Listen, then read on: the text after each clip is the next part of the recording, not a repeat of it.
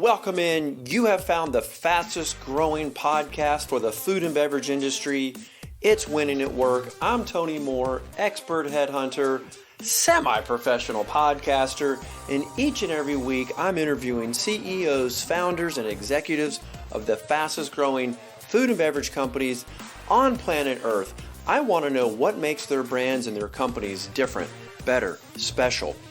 My totally awesome brands featured here take us deep into the world of the good for you category, functional beverages, beer and wine, food tech, nutri-tech, food as medicine, sustainability, recycling innovations, and the CBD and hemp world. If you want to learn how to build a brand and scale a brand, I've got you covered. You can subscribe to this on iTunes, on Spotify, which I prefer. You can follow me on LinkedIn, and I'm on Instagram at Different, Better, Special Brands. Now, what do I do? What's my day job? Well, I help companies attract talent. So when your organization is struggling to attract talent, give me a call.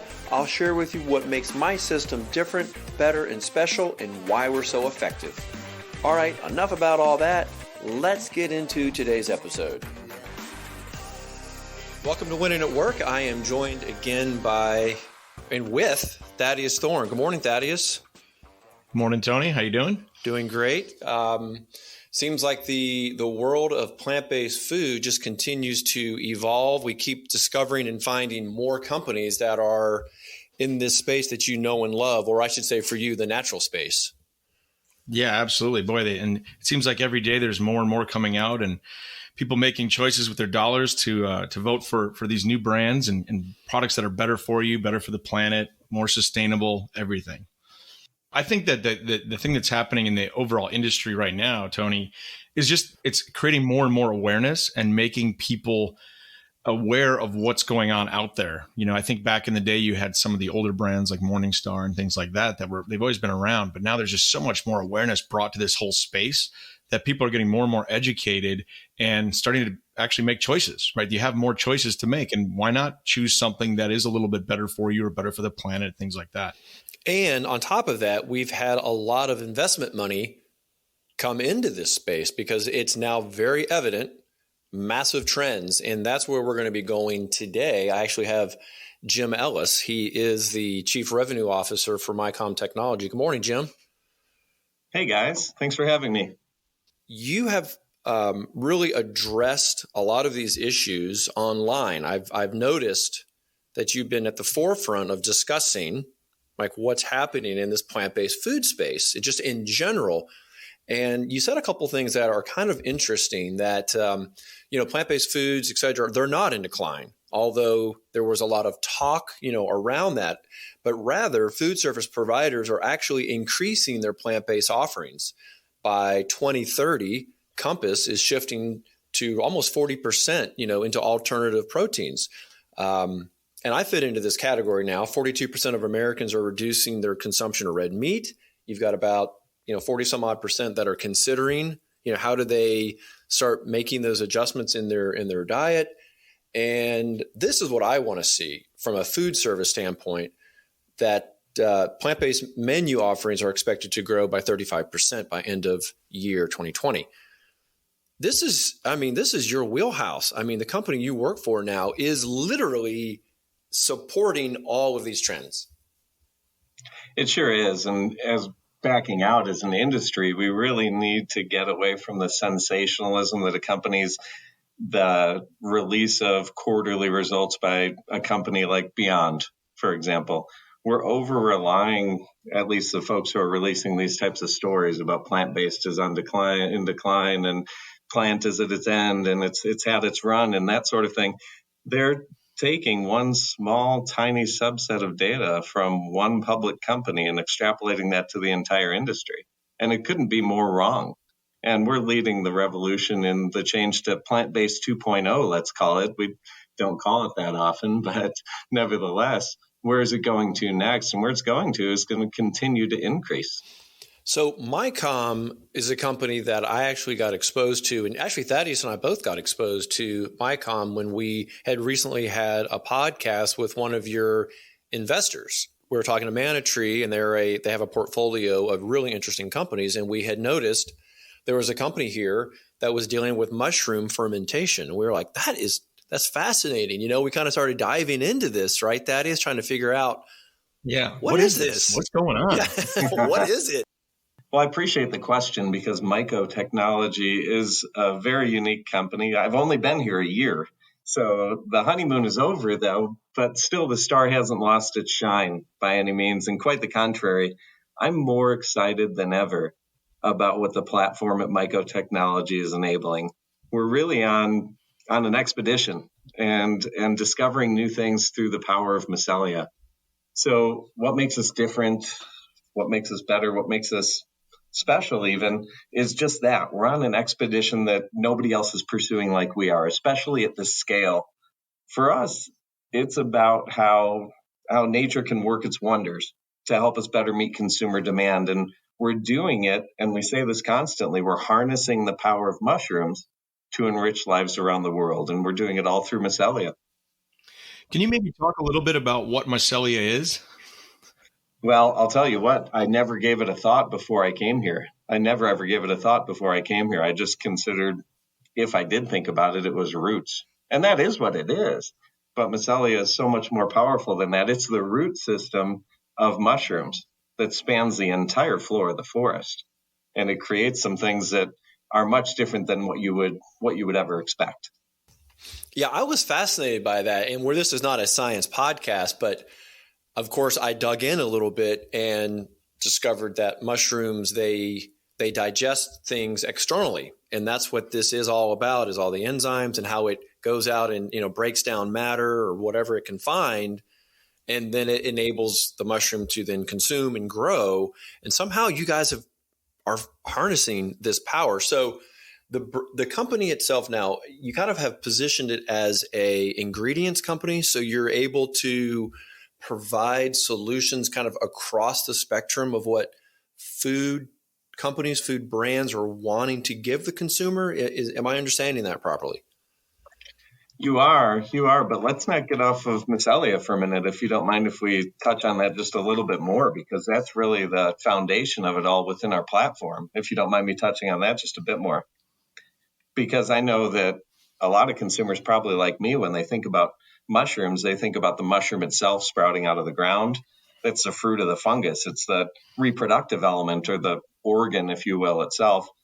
And for us, this root system that we're using, the mycelia that we're using that fuels our entire fermentation process, you might think about it as simply extending into the ground and grabbing what it needs to make that mushroom viable, to make that mushroom possible. But it's actually significantly more than that. So I spoke earlier, moments ago, about how they're all throughout the floor of the forest. And really what it does is it makes up a network, a communication network, a supply chain network, and it actually transfers water and nitrogen and other elements all throughout the forest, not just for that mushroom. And in addition, like you were saying, Tony, it breaks down toxins, it breaks down indigestible material. So in one sense, maybe it's like the custodian of the forest, but we really like to use its secret power as nature's chefs. And for us, that's really where it all starts. Yeah, I was even reading, Thaddeus, that apparently these are, as you were saying, it kind of covers the floor, that there was one in Oregon they found that has like a 2.5 mile radius. Oh, yeah. Wow. I feel like we're talking about like Avatar here. You remember that? I was just thinking that. I'm serious. Like, I don't want to be not too much comic relief, but I mean, that's seriously what comes to mind. Yes. It's like everything's interconnected, and it's, so I think that's fascinating. Where's the mother tree? Right. where does it all kind of link into? Well, you also had described, or the company is kind of presenting itself as, you're really addressing the, pervasive challenges that are kind of in the market. Would you like to kind of address some of these big, kind of bold, the mission that you're trying to address? Yeah, I appreciate that, because they're the most important challenges there are in the food industry today. It's truly a company that focuses on the challenges that matter most to consumers and our world right now. These challenges are things that we've ignored way too long as an industry. And there are challenges that, frankly, if we don't address them, they can soon become emergencies. And I know I risk sounding alarmist, but it's the case. One of the challenges is salt and sugar. As an industry, we use salt and sugar to extremes. They're super cheap ingredients and they help products taste a lot better. But the problem is we use them way too much. And some call it the salt and sugar epidemic, and probably rightfully so. Well, we've discovered solutions in nature that can help deliver on products unique and great flavors and do so without the need for the over-reliance on salt and sugar. So we can solve for that taste without loading things with so much salt and sugar. So that's one area, but there's two others that are equally important and maybe even more. And one of them is, how do we feed a growing population? If our population grows from 8 to 10 million people or more, like it's projected to do, we'll need 70% more food. That means that we need sustainable solutions. It means we need to leverage all the options on the table. So when you look at something like MyCelium, which is our mushroom fermented protein, it's a solution that enables advances in the plant-based space that consumers really crave. So it helps feed that growing population, but it isn't just about feeding people, because we do it fairly well today as an industry, but it's about how do we enable better nutrition. And that's the other thing that we're really trying to solve. So here we are, right, in the U.S., undoubtedly the richest country in the world, and only 12% of people get the required daily nutrition.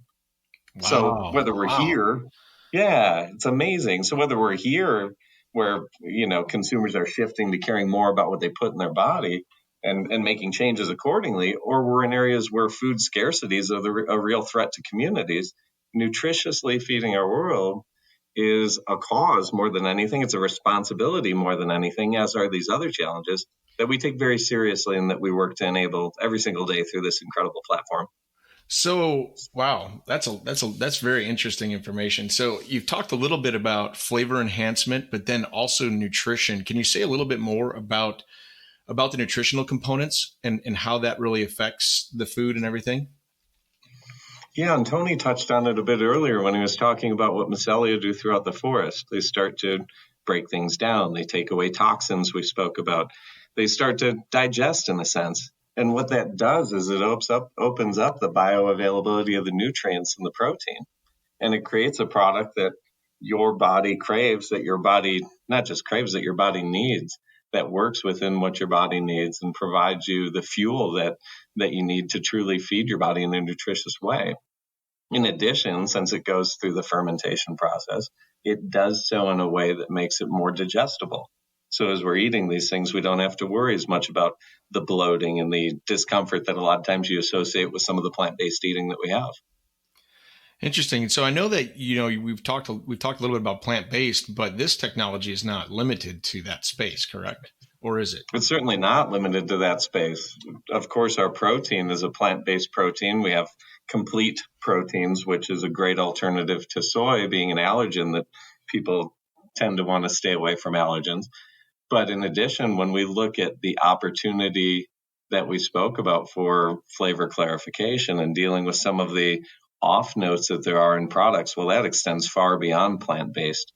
So when we think about what we can do with that, it's enabling people to take the right kind of supplements they want to take, to eat food that's functional, that generally has an off taste. So as an important component of reducing bitterness and truly clarifying those flavors that people want, that drive people to repeat purchases, our natural product, our mushroom extract, a natural flavor, can do just that.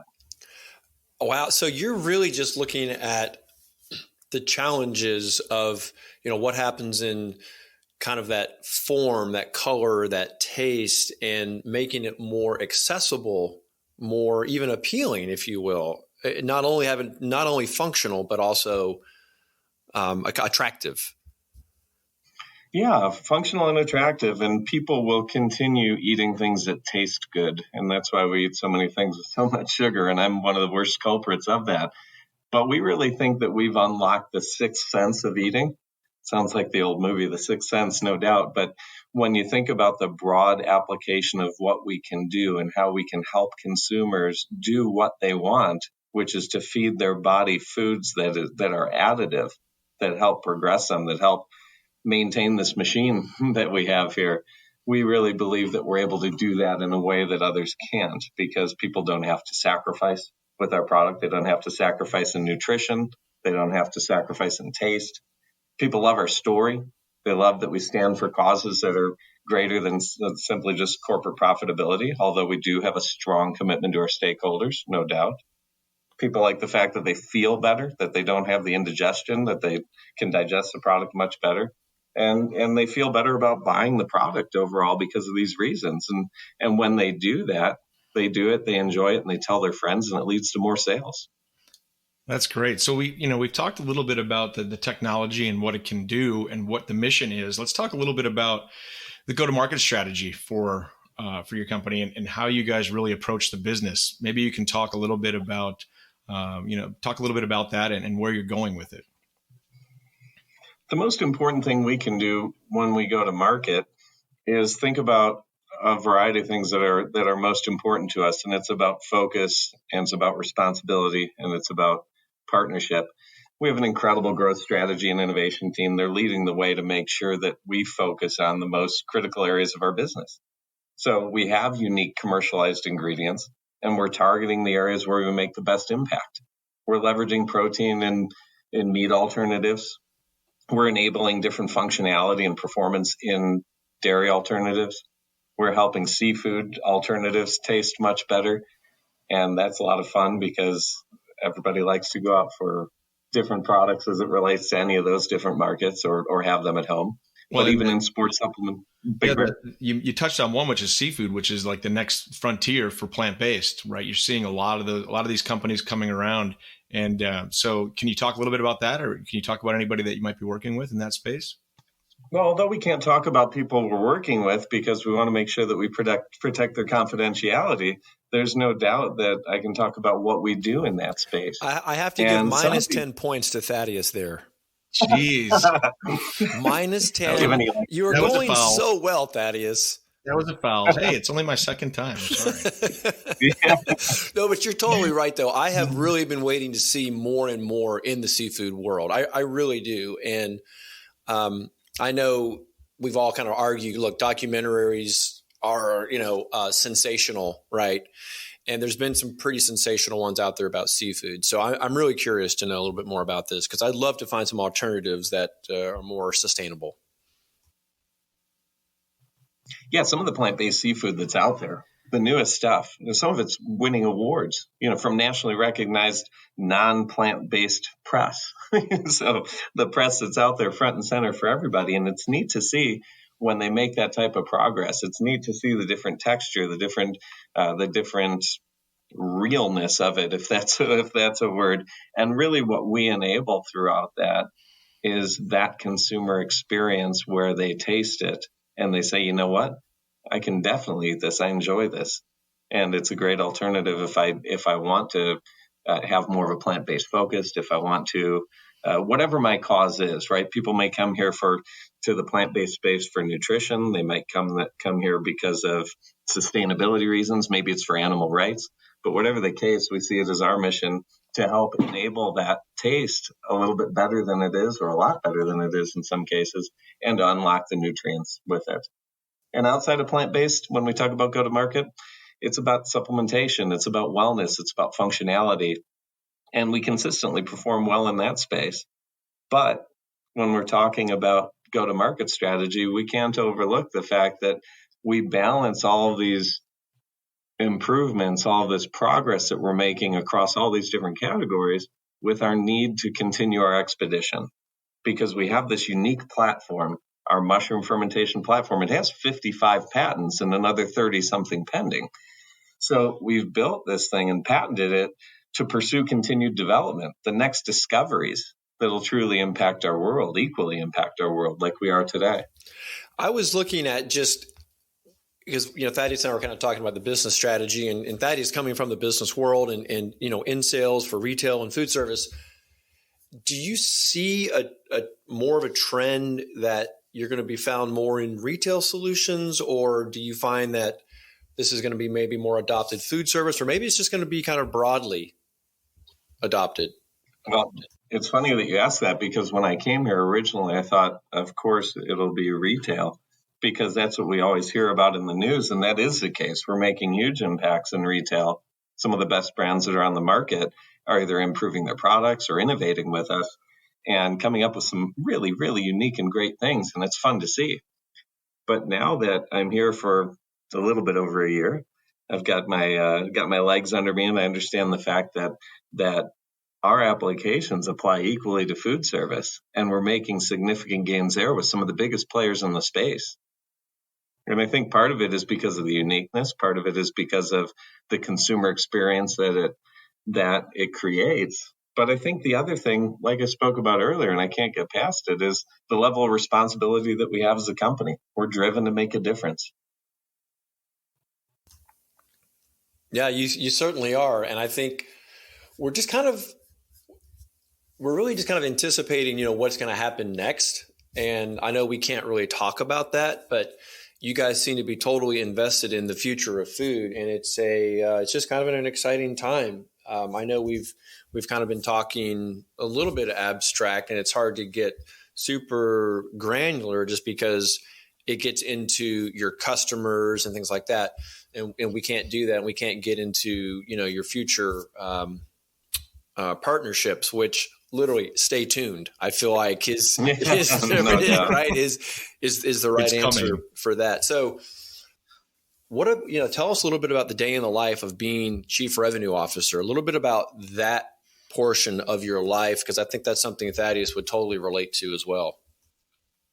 I want to talk about that, but do you mind if we talk for a moment about what's next? Because I do have a perspective on what I think is important. Great. So let's do that. If we look at what's next in the world of plant-based, originally the world of plant-based, let's just talk specifically about that, was about simply having alternatives. Now we're progressing to where there are alternatives that actually have significantly better nutritional value, better taste, and more convenience. They're intuitive on how to prepare them.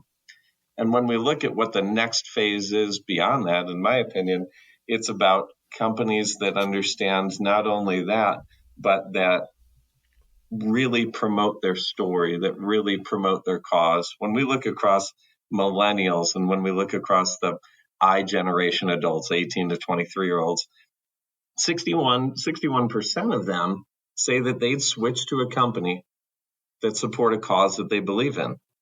So when you're looking at a company that is supplying you ingredients and you're seeing that they're making a difference, not only in the plant-based space, but in food and beverages as a whole, when you see and you start hearing about news on how they're impacting economies and how they're impacting food scarcity, which we'll hear more and more about, and when you see that they're doing it in a way that protects our people and our planet, in a plant that won the 2020 Sustainable Plant of the Year award from Food Engineering Magazine, I don't know what could fit better with a cause that people care about more than this type of thing. I don't know what kind of consumer wouldn't want to be attached to a brand that has that story, because the answer is that they all would.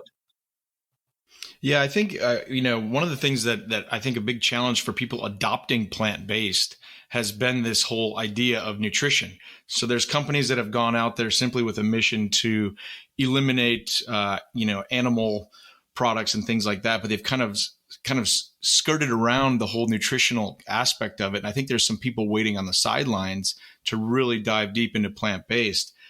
So there's that component of it. What I'd be curious to also know is a little bit about cost. So the interesting thing is, anytime you go out and you try to eat plant-based, it's like you get punished. There's an upcharge for plant-based, right? And actually, I have celiac disease. And so for me, it's like, if I want to be gluten-free, it's $4 extra, right? And so what I'm really getting at is kind of inclusion, and how do we get to that level? And can your technology help with that? That's one of the biggest and most important things that is ahead of us, the idea of price parity. I know on your podcast recently, you had George from Planterra, and he spoke specifically about price parity. It's an important thing to look at. And prices are already decreasing. You have prices decreasing in the plant-based space with Impossible, for example. They've lowered retail and food service prices by like 15 to 20% over the past 20 months. Beyond expects to underprice some of the animal counterparts in one or more types by 2024. And you heard George's comments in your podcast about how some of the meat prices are actually raising. So as the meat prices raise and as the prices in our space decrease, you start to see that gap decrease and you see more people interested in making that shift. The other thing is this: when we think about prices changing, raw materials, they obviously have a huge impact, right, on the prices of plant-based space. And peas, they're grown in a limited number of regions and they're sold throughout the world. And so that's a challenge that's actively being addressed by people in our space, pushing to plant significantly higher amounts of the crop around the globe. And that'll impact the crop pricing with the supply lever.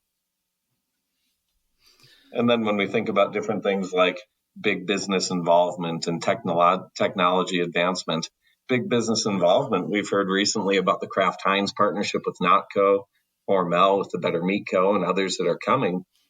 The reason that this is important is because these large multinationals, they have better know-how in demand generation. They have broader and more advanced distribution networks, and they have stronger influence with retail. We know that the price factor is a factor of demand as well. So when we can get the product out there more, beginning with some of the big company involvement and with the newer meat alternative companies in the space, this can help propel sales forward. That can create the need to advance technology. So companies further invest in the technologies that help them realize the economies of scale and help us reduce that price gap. Absolutely necessary, right? To get things moving in the right direction, we need to address the price gap and make it more accessible. That'll help all over the world. So I want to talk a little bit more about your business strategy. And the thing that keeps coming to mind is like the Intel Inside, right? Which is kind of the old go-to byline with ingredients and things like that. And so talk a little bit more about your strategy as it comes to building your business and how you balance being that component that can really help a lot of different companies, but yet, you're still wanting to build your business and whatnot. Can you talk a little bit more about that? Well, when we go to market and we talk to our branded CPG clients that we work with, branded CPG partners, even in a lot of cases, what they really strive for is realizing that next level of differentiation. What they really strive for is unlocking what consumers want. And what that requires is an ingredient that enables their product to perform differently. And that is the Intel Inside, or Fermented Foods IQ, which is our trust mark that we're building. And what this is enabling the brand to do is to tell a different story. And earlier we spoke about the story of corporate social responsibility, which we take incredibly seriously. But this one is a story about what fermentation does and what it does for consumers and what it enables for them. And it's interesting because when I first came here, I was telling my team, I don't care if we talk about fermentation. Let's just talk about the benefits of fermentation because people don't know much about it. Well, then we did a nationwide study and we found out that consumers are far more advanced in their understanding of fermentation than we even thought, than we even knew. In fact, 70% of our calories every day come from fermented foods. And consumers more and more understand what the benefits are that are associated with fermentation. So it was really interesting to see and really helped us as we speak with some of these brands about what they can do with fermented products. So help me actually understand that a little bit about that. What is the benefit of fermentation? Because I actually certainly am a neophyte when it comes to that. Well, it was sort of completely what we were chatting about earlier as it relates to what fermentation does to the ingredients in terms of bioavailability of products, in terms of the effect on digestibility, on opening up different nutrients that your body needs. So rather than just filling your belly with something that's simply an alternative, you're filling your belly with something that's an alternative that's providing the nutrients that you need.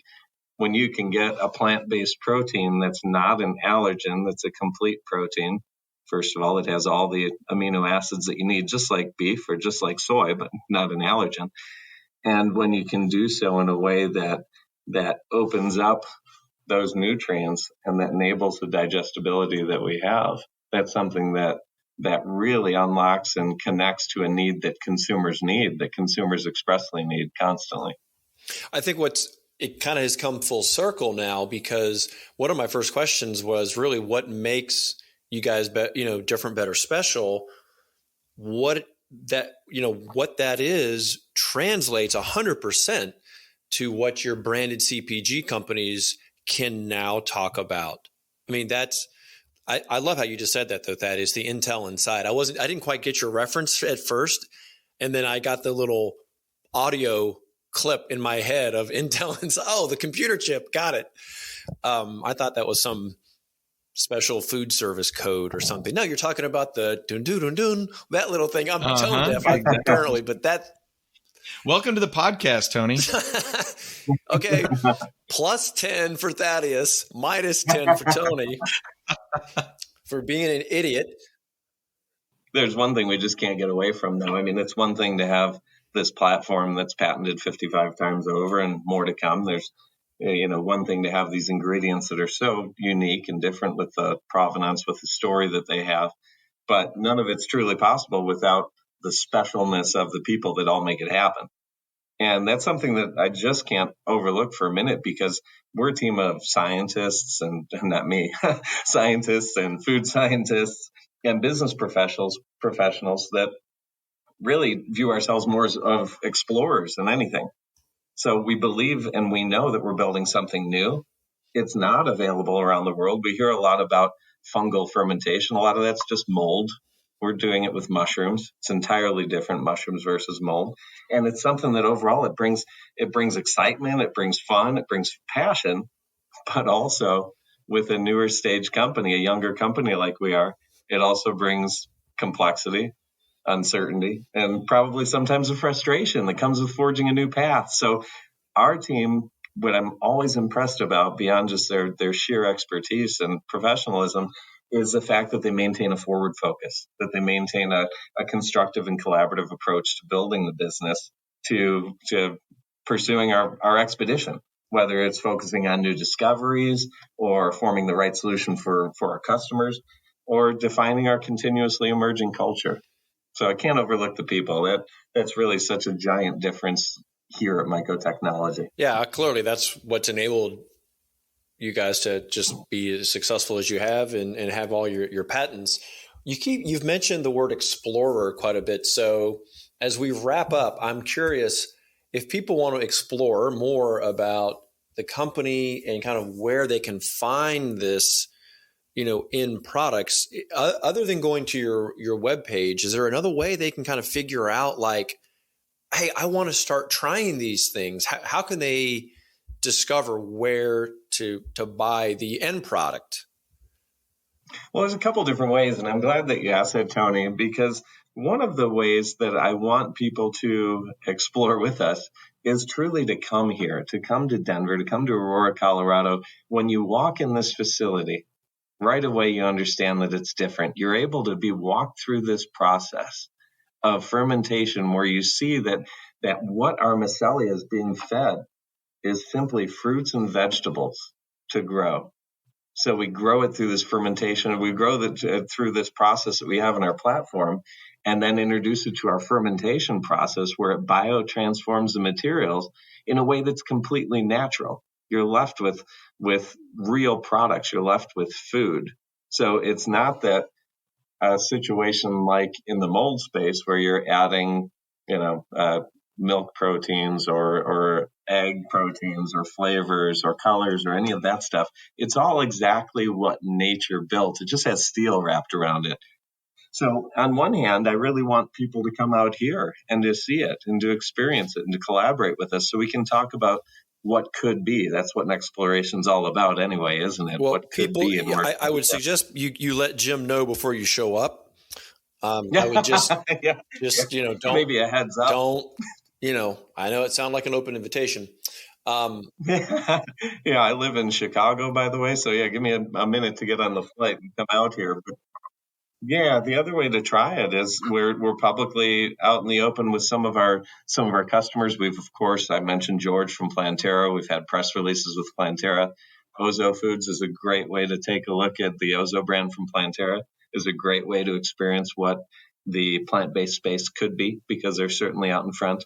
And then also we've launched our texturized protein just to gain consumer awareness of what mushroom fermented proteins can do. We've launched it in a product called Good Side Foods that you can buy on Amazon specifically. Good Side So we're Foods. doing that Spell too. that. Let's get that out there.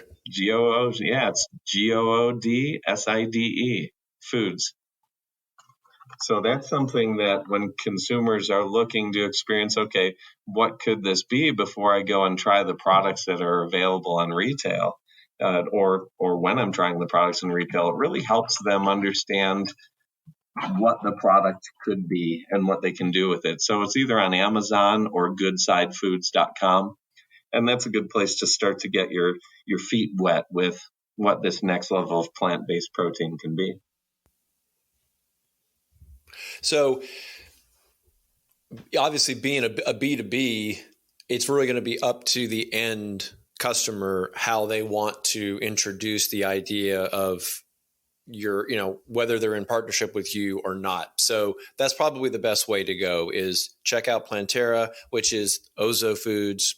I love that too. Ozo good. I love how that little play on words. Have you ever tried that, Thaddeus? Have you ever tried the Ozo brand? No, I haven't tried it yet. Yeah, but I definitely need to. You really should. It's a clever way, and I think what I love about them is that they're not into the guilting. It's try it because it tastes good. Use it because it tastes good. It makes you feel good. It's a fun brand. I like that. I like that. Jim, let me ask you this. We're talking about the consumer, but on your end, how about other companies that might want to work with you? How do they approach that? How do they get in touch with you? I hope they'll reach out to us directly. We're at many of the different trade shows. There's no doubt, and that's a great place as we're going back to the world of trade shows. But I wish they'd just reach out directly like so many of them have been doing. Of course, they can go to MYCO IQ, MYCOIQ.com, but they can also email me, JELLIS at mycoiq.com. They can call me directly. They can, not show up, so we won't go that far. Tony already specified maybe they want to give me a heads up. Yeah, we got a couple of rules. We don't date ourselves, and we don't give out phone numbers. So That's right. And the other thing is that when these folks start to engage us, it's really interesting because those companies that we're working most closely with, we're talking to them directly about what the future holds through MYCO technology, because this platform is just that. It's a platform today that enables an entirely different level of plant-based protein. It's a platform today that unlocks different flavor clarification and bitter blocking and makes foods taste better. But what's around the corner is every bit as exciting as what we've accomplished so far. We've seen some news internationally, and there's other news, there's other developments, game-changing discoveries that we'll be announcing over the course of the year. But they all align with this central vision, this responsibility that we take so seriously, and it's core to who we are. And we call it harnessing the power of mushrooms to enrich lives around the world. Well, we so appreciate you taking time out to really kind of introduce to everyone this. It is fascinating. I know I use that word a lot, but that's what I love about the food and beverage space. There's a lot of fascinating things, and this is probably one of the most fascinating because it's a science, it's a technology, and it just makes everything better. So, Jim, fantastic. You get a plus 30 for your first podcast episode. Wow. So you're the winner. And wow. Okay. You've come out on top. Do you have any closing comments, Thaddeus, you'd like to add as we wrap up here today? No, thank you so much, Jim. Really, really interesting information here, and love what you and your company are doing for the food industry. Definitely necessary, and looking forward to seeing what you have coming in the future. It's coverage like this, you guys, that makes such a difference to advancing what we do in the space. And I appreciate the opportunity to spend time with you guys today to share what we're doing.